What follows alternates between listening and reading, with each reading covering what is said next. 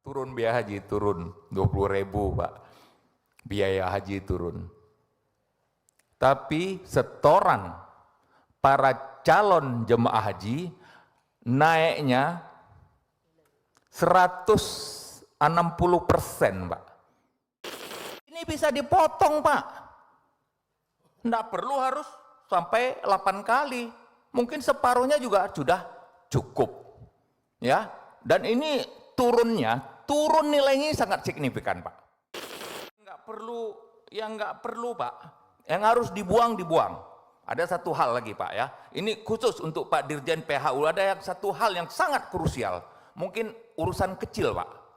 Urusan pasang stiker, tempel stiker, buat stiker pakai nilai SAR. Belinya di Saudi. Di sini saya pikir di kampung. Menarik apa yang Pak Dirjen sampaikan. Tadi kita sudah lihat semuanya, teman-teman juga mengatakan turun biaya haji, turun 20.000 Pak. Biaya haji turun. Tapi setoran para calon jemaah haji naiknya 160%, Pak. Dulu enggak pernah, ya. Asumsi dasar kita membayar para calon jemaah 25 juta. Sekarang asumsi ini, Pak, ya, harus membayar 65 juta. Berarti ada kenaikan lebih dari 40 juta rupiah. Ini 40 juta rupiah rata-rata, Pak. Kalau kena yang Jayapura lebih lagi, Pak. Lebih mahal lagi. Ya. Para calon jamaah tadi disampaikan oleh Pak Dr. Ahmad itu umumnya itu petani, nelayan. Mereka mengumpulkan 25 juta itu bertahun-tahun, Pak. Tapi harus melunaskan 40 juta, jangka waktunya tidak lebih daripada hitungan 60-70 hari, Pak. Ini bukan main-main ini.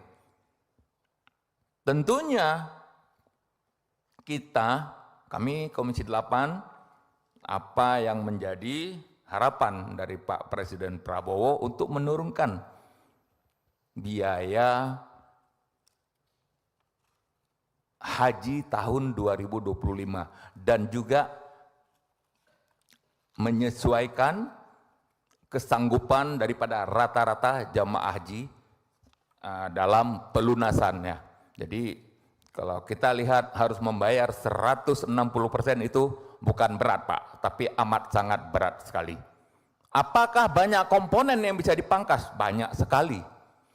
Tahun 2024 waktu berangkat haji, itu dunia dalam keadaan high season, Pak. Biaya untuk menyewa pesawat itu di puncak-puncaknya dengan harga yang tertinggi. Tapi tahun ini sudah beda, Pak. Itu yang pertama. Yang kedua, 30% biaya penerbangan itu ada di aftur, Pak. 30%-nya lagi ada di biaya untuk penyewaan pesawat. Kalau kita berasumsi 2024 ke 2025, tentunya biaya sewa pesawatnya harusnya turun. Itu yang pertama. Tapi di sini Bapak menaikkan sampai 2,86%. Sedangkan Bapak menaikkan kursnya cuma 2,56%. Yang kedua, aftur kita, saya udah cek, Pak, ya, aftur kita di Republik Indonesia ini ada yang 15.000 1 liter, Pak. Ada yang di bawah itu, tapi secara kita di negara-negara tetangga itu lebih murah. Ya, ada yang 10.000. Dan yang Selanjutnya Pak, saya melihat di sini Pak, ya, dalam jangka waktu yang sangat singkat ini, tentang volume manasik 8 kali, 6 kali, 2 kali. Saya pikir ini bisa dipotong Pak. Ini bisa dipotong Pak. Tidak perlu harus sampai 8 kali. Mungkin separuhnya juga sudah cukup. Ya, dan ini turun nilainya sangat signifikan Pak. Begitu juga manasik dan bimbingan ibadah haji di setiap hotel jemaah. Ini hampir kita nggak pernah tahu nih Pak. Atau mungkin ada apa tidak, kita nggak pernah tahu. Tapi di sini dibebankan untuk jemaah cukup tinggi Pak.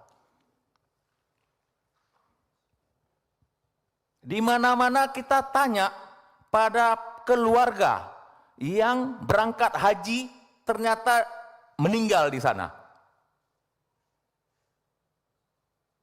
Pembiayaan badal haji jemaah meninggal dan sakit. Sakit kan sudah ada asuransi, Pak. Di sini badalnya hampir rata-rata kita tanya, siapa yang hajikan mereka? Ataukah kita mempersiapkan orang-orang yang membadalkan haji untuk yang jemaah-jemaah haji yang meninggal tersebut? Dan ini Pak Ketua, saya melihat di halaman 4, ada namanya perlindungan. Perlindungan itu kan asuransi Pak. Ya, di poin 6. Di poin 9 keluar lagi. Premi asuransi dan perlindungan lainnya. Kita perjelas saja nih Pak ya, asuransi apa untuk apa aja dan jenisnya apa-apa saja. Jadi yang nggak perlu Pak, yang harus dibuang. Ada satu hal lagi Pak ya, ini khusus untuk Pak Dirjen PHU, ada satu hal yang sangat krusial, mungkin urusan kecil Pak, urusan pasang stiker, tempel stiker, buat stiker pakai nilai SAR. Belinya di Saudi. Di sini, saya pikir di kampung Pak Wahid, tukang stiker banyak Pak kan? Tukang gelang juga banyak Pak. Jadi, itu apa? Kita buang-buang uang, membuang-buang devisa, tapi ujung-ujungnya ini memberatkan para calon jemaah haji yang akan berangkat. Jadi sekali lagi Pak ya,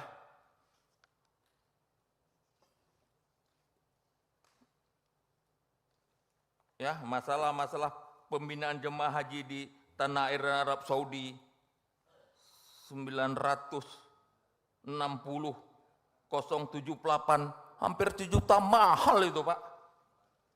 Dalam negeri 726, kita bisa potong-potong Pak. Kemarin saya sudah berbicara sama pihak maskapai. Nggak perlu tempat duduk bisnis Pak, nggak perlu, semua diekonomikan saja. Makin banyak seat yang bisa diisi, tentunya beban para calon jemaah haji sudah pasti makin turun. Itu apa? Tempat duduk bisnis itu. Kalau saya pikir Pak Dirjen udah biasalah duduk di bisnis itu kan. Ya, tapi tempat duduk bisnis itu yang cuma beberapa ya, 15-16 seat itu, yang bisa membuat 2 kali lipat daripada calon jemaah, itu sudah pasti secara real nilainya turun Pak. Kemudian tadi ada satu lagi nih Pak, masalah bus selawat Pak. Bus selawat ini pengalaman Pak, dibikin omprengan Pak. Ya, kenapa mereka bikin omprengan? Kalau jamaah-jamaah haji kita, misalnya satu tempat misalnya ada 100.000 jamaah, yang biasa mereka lakukan jalan kaki, Kalau misalnya Bapak hitung mungkin di situ perlu 20 bus, mungkin separuhnya juga ada cukup, Pak. Makanya karena apa? Bus salawat tuh daerah dekat tuh sangat jarang sekali digunakan, ngompreng mereka, Pak. 2 kali kita rugi. 1 rugi kita nggak pakai, rugi kedua lambang merah putih kita dicopot. Jadi ini masih tahap awal, ya kira-kira banyak hal yang harus kita celah dan jalan untuk bisa menurunkan biaya-biaya daripada haji tersebut. Dan selanjutnya saya pikir kita tak usah bahas masalah 70%, 30%, 70 ditanggung jamaah, 30 BPKH, itu nanti bagaimana asumsi dasar ini sudah selesai, biar kami yang menyelesaikannya dengan pihak BPKH. Realnya seperti apa, titik temunya di mana, di situ akan ketemu. Jadi ya begitulah ya, mudah-mudahan ya itu aja dulu Ketua ya. Ya, cukup dulu sampai sini. Terima kasih Bapak Dirjen PHU. Terima kasih. Assalamualaikum warahmatullahi wabarakatuh.